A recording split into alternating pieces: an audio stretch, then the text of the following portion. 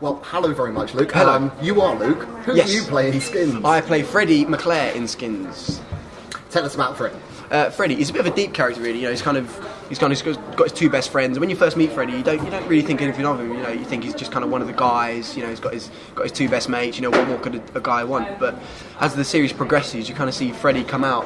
You know, and kind of you find out a lot about Freddie. You know, you find out that his mum's unfortunately passed away, and you discover Freddie's sister, who's just a complete. You know, she's besotted with fame, obsessed, and she just doesn't care how she goes about getting it. You know, she'll use the fact that our mother's dead as an excuse to get votes for sympathy on a talent show she enters and stuff.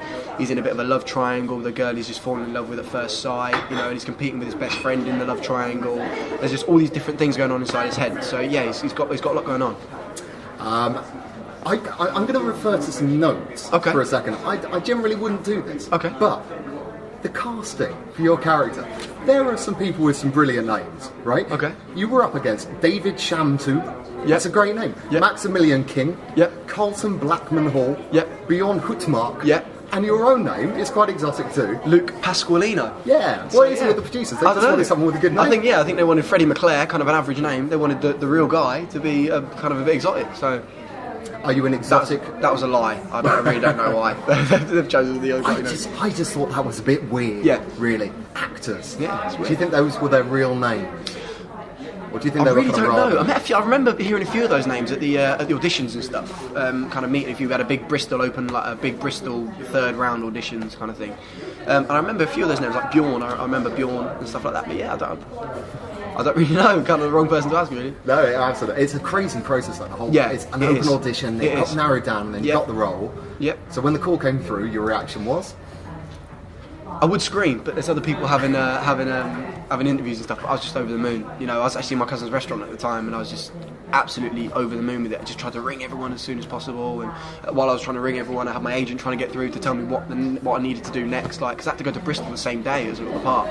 So it was kind of, I had 4 hours to go till 7. It was about 2 o'clock I got the part, and then I got a call saying, right, you need to go home, pack a bag till the weekend, and you need to get on the train to Bristol tonight. And it was just mad. So yeah, it was a mad rush. So as I was on the train, I was making all the calls on the train and stuff. It was crazy. Because you were a fan of the show before. Yeah, I was a huge fan of the show before. And you know, I watched the first series religiously. Second series didn't get to watch as much because of other commitments and stuff. But yeah, I'm a huge fan of Skins.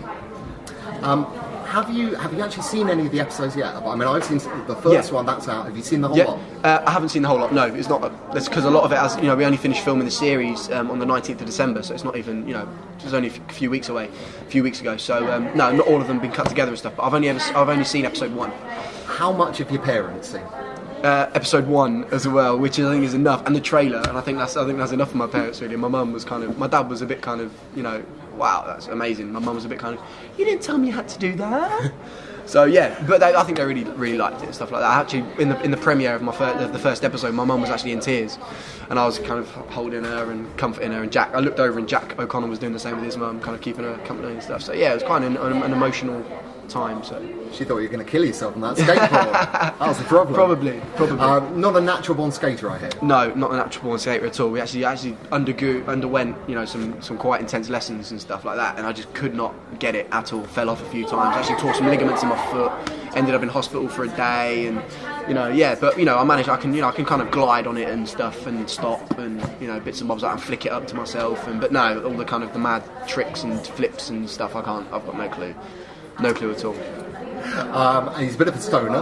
Yeah, Freddie's a bit of a stoner. Yeah, he likes a joint every now and again. Yeah. Did your mum have the conversation with you? Oh, I do hope you're not like that. Yeah, she did. You know, and everyone else in the family. You know, being from an Italian background as well. You know, everyone's kind of Catholic, so you know, everyone has, especially like my nan and her sisters and my aunties and stuff like that. So yeah, but yeah, it was good. It was good. It was good playing Freddie. I enjoyed it. Yeah.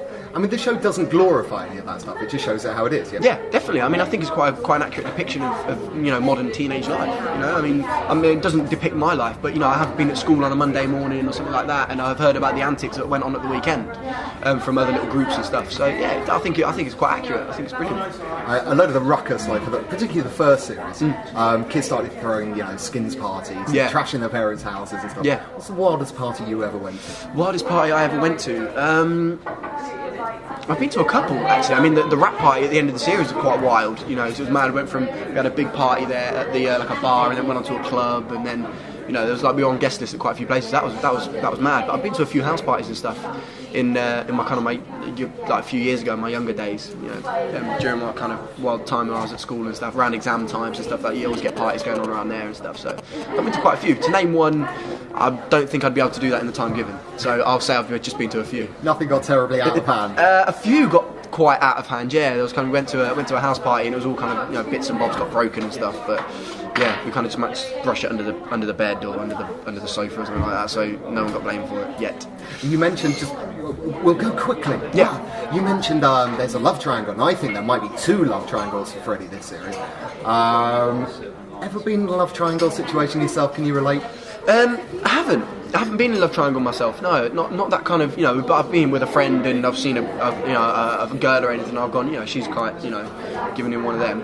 But I've never actually been involved in a love triangle. I don't think I'd like to. It's kind of just playing the part of Freddie kind of makes me realise what it can do to a friendship or a relationship. So no, not the kind of thing I really want to be involved with.